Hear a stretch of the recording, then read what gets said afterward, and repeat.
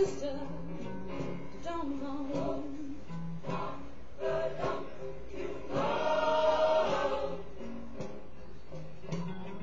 There was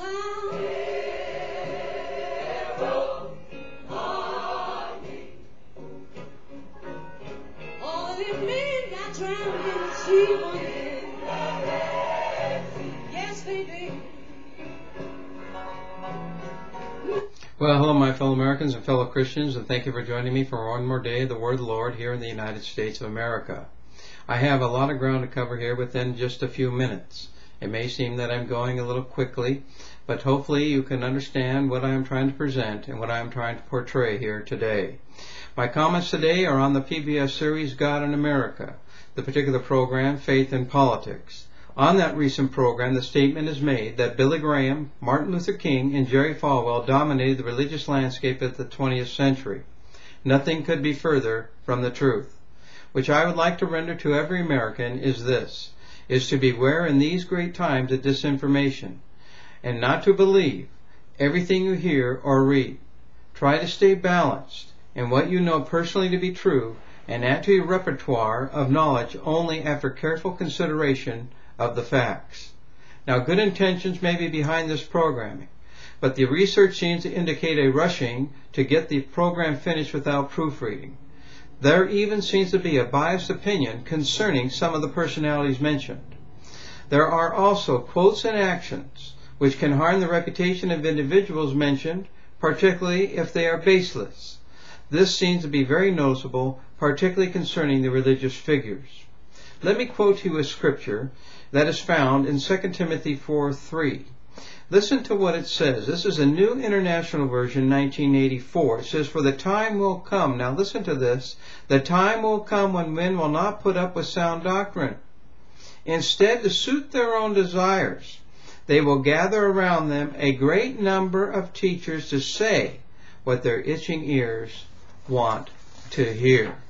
What we may just be seeing today, folks, is shades of this prophecy coming to pass here in the United States, particularly in the television arena. A lot of the history of the United States has come into question within the last 5 to 10 years.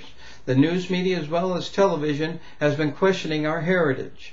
Let me remind all Americans to try and stay balanced in what you hear and put into your mind and heart what you know to be the truth and know to be truthful and factual.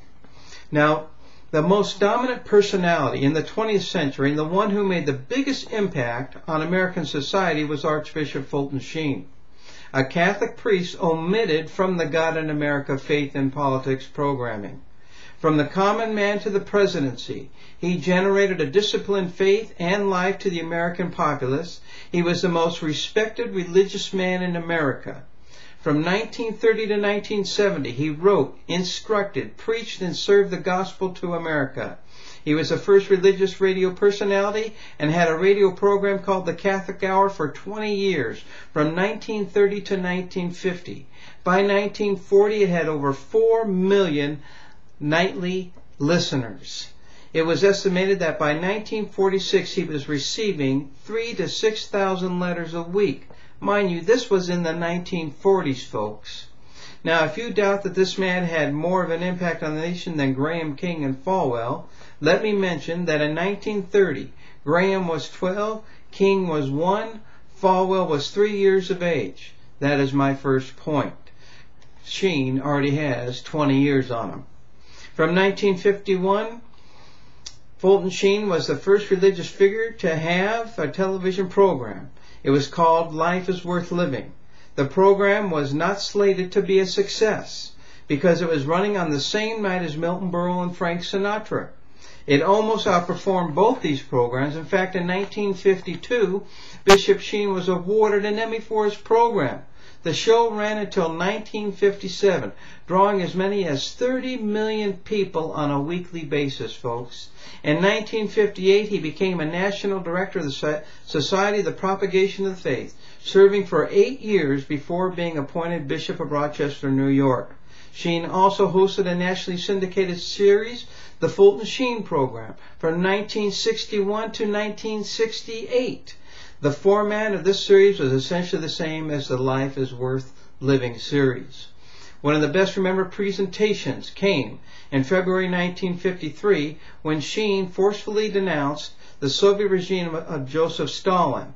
Sheen gave a dramatic reading of the burial scene from Shakespeare's Julius Caesar. What he did is he substituted the names of Caesar, Mark Antony, Cassius, and Brutus with those of prominent Soviet leaders. Those leaders were Stalin, Beria, Malenkov, and Vyshinsky. He concluded by saying, Stalin must one day meet his judgment.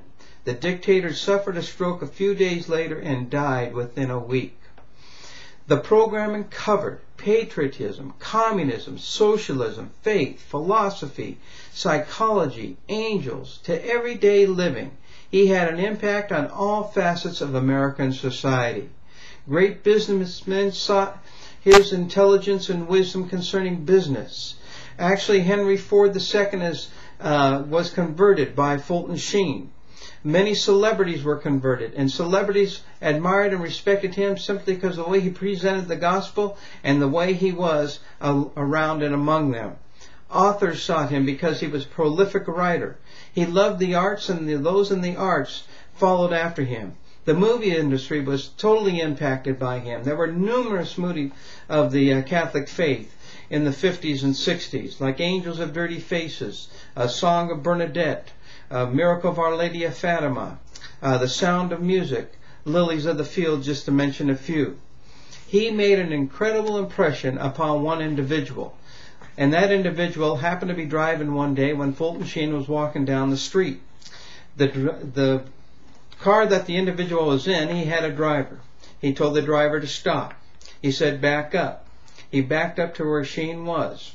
And Sheen was walking, and Sheen then stopped, and the individual rolled down the window and said, I want to thank you. He says, you're Bishop Fulton Sheen, aren't you? He said, yes. He says, I want to thank you for making such an impact upon the American people and upon me. That person, folks, was President Dwight D. Eisenhower. He influenced parents across the nation to send their children to catechism on Saturdays if they attended public schools during the week. Saturday catechism was huge in the 50s and early 60s. Bishop Sheen is also said to be the reason John F. Kennedy became the first and only Catholic president of the United States, simply because of the impact he had over the years upon American society. He wrote an estimated 95 books, and many were bestsellers. He wrote newspaper and magazine articles, not to mention going to Mass or saying Mass on Sundays. He never asked a penny for himself. He was paid $1 a year for the television programming that he did.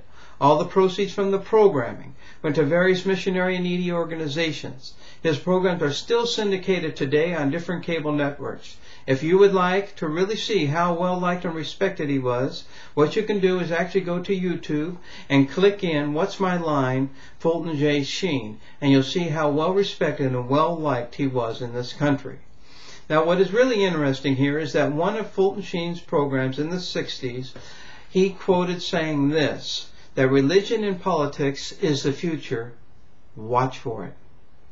Folks, today is a great day of disinformation. We need to be careful in whom we're listening to and what we're doing, and it is important to stay balanced. Now, programs like this that is talking about faith and politics is laying the psychological groundwork for the Antichrist. For us who believe in the Antichrist, if you don't, then that is your prerogative. And Antichrist, folks, will be a religious and political figure. Now, the good Lord said that I am the vine, you are the branches. And the idea is this, is that the branch will bear the fruit of the vine. If you're a Christian, you'll bear the fruit of Christ. But also, there is a profound psychological ideal in this. And that is this, whatever you give your predominant thought to, whatever you associate yourself with, or whatever environment you're in, that is usually what you become. Folks, may God bless you, and God bless the United States of America, and may we truly believe that God has great men among us.